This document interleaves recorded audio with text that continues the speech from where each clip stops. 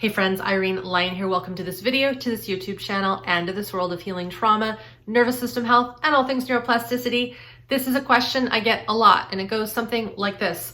What does it mean when I wake up in the middle of the night, or I wake up first thing in the morning and my heart is pounding, or I have anxiety, or I feel absolute fear, panic, terror, everything is really bad. So typically when someone is saying this to me, and I have experienced this myself as well, there is a physiological response that is automatic, hence autonomic nervous system, that is deciding to just take over.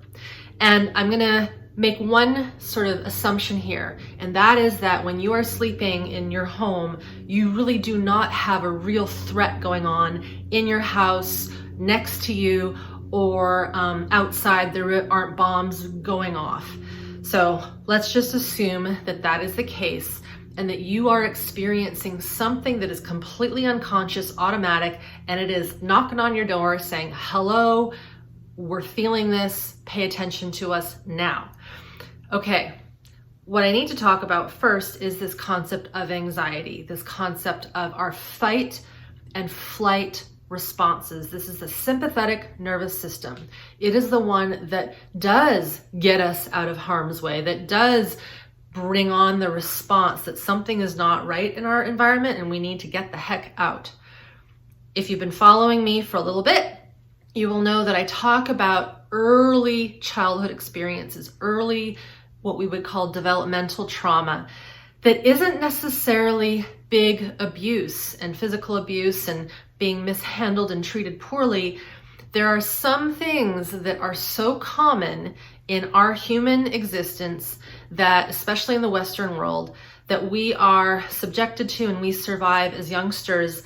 And then later in life, even though we have a pretty safe environment and we are a member of society and our health is relatively good, we will have these bouts of waking up in the middle of the night and feeling like the world is going to end.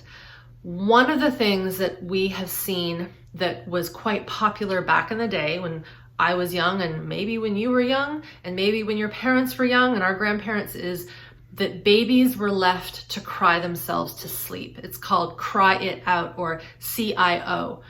We now know without any argument that this is not good for human infant development. It puts the little one into a massive, massive panic, stress, survival response.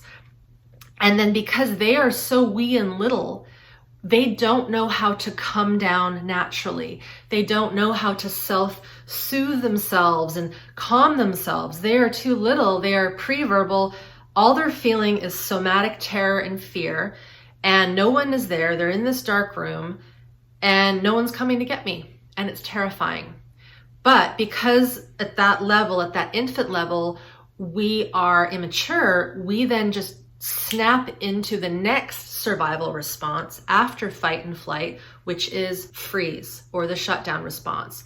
It's a part of the parasympathetic nervous system that pretty much says, no bueno, nothing is happening, nobody is coming to get me, I better just shut down and numb out and go to sleep.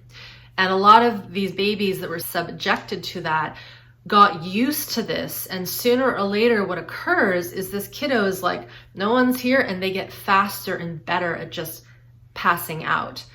This level of shutdown is not healthy for the physiology.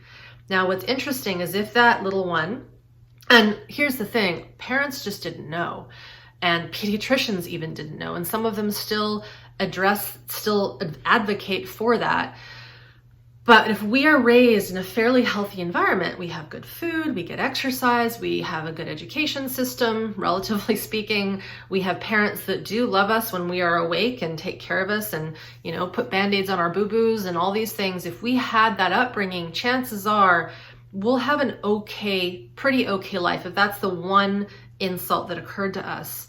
But what occurs, and I'm seeing this occur more often, and I'm going to do a sidebar topic right now. Right now in 2020, so I'm dating this video, there's a lot more awareness, a lot more education. It's what we do here on the nervous system, on how somatic stress gets trapped in the system. We didn't even have this conversation 5 years ago, 10 years ago, certainly not 30 years ago. So now what's occurring is we are all collectively waking up. Our nervous systems are waking up and saying, whoa, that wasn't okay. I shouldn't have been treated like that when I was young, and now I'm an adult. And that old terror, here's the thing, it doesn't just dissolve with time. And when we become more safe, more aware, and more somatically conscious, we will actually feel these stored, trapped, adrenalized fight and flee survival responses more. So if you're new to this work, or maybe you're old to this work and this is starting to occur, it's actually, hate to say it, but it's a good sign, because it shows that that old toxicity is literally bubbling up to the surface. It's knocking on your door and it's waking you up in the middle of the night. So this is one explanation for why we might have these unexplained panic attacks that come out of nowhere. It's something that has occurred to me. It's occurred to many of my clients, my students, my friends, my colleagues. It's part of the game of healing trauma at this deep nervous system level. Now, another reason, we'll say this is the second reason, not that one is more important than the other, but another reason that we can have this abrupt awakening at night, if we have had early traumas that revolve around surgery, anesthesia, having an accident where we are in terror and scared, and then we go into shutdown, and then we come out of that, but no one is there to help move and heal that event, which I'm gonna guess most of us haven't had that happen because we're just learning how to do it now in history. So if we had had some kind of early event, myself, I had something occur when I was 5. It was a tonsillectomy. I don't remember anything good about that experience. None of the popsicles that you get afterwards. I don't remember going home with my parents. I vividly remember being left in the hospital bedroom with a very mean nurse who threw me on my front and stabbed me in my butt with a sedative. It hurt. I can still feel it now in a strange way. It doesn't trigger me, but the memory is there. When I started to work on my own stuff, and this has been going on, I was 5, I'm now 44. Every now and again, and not so much now, but years ago, I would have these unexplainable attacks of this adrenaline. Didn't make any sense. It might have been that experience. It could have been something else. What we need to do in those instances is to be with that intensity, be with that anxiety. I don't like to call it anxiety. I like to call it survival stress. There's a weird connection with anxiety. It's survival stress. It's your biology. It's your system saying, hey, we never dealt with that surgical trauma. We never dealt with being put under anesthesia and being terrified because nobody was there. And we're here to help you move that out of your system. When these instances happen in the middle of the night or first thing in the morning, they get worse if we fear our own physiological response. I'm going to say that one more time. It gets worse. It gets positively reinforced if we fear our own physiological responses. If we can feel them and be with them, it doesn't mean it's just going to disappear. We might need to ride that wave a little bit so that we can properly come out of that intensity and then go down the deactivation of the nervous system. I keep doing that with my hand. If you think about that baby I was telling you about that was crying itself to sleep, it's literally having this stress response going up, up, up, intensity, intensity, intensity, screaming, crying, and then poof, it shuts down. It just goes into shutdown, into this freeze. So what we want to do when we're feeling these things bubbling up, I like to call them sometimes these little gremlins from past, they're coming up.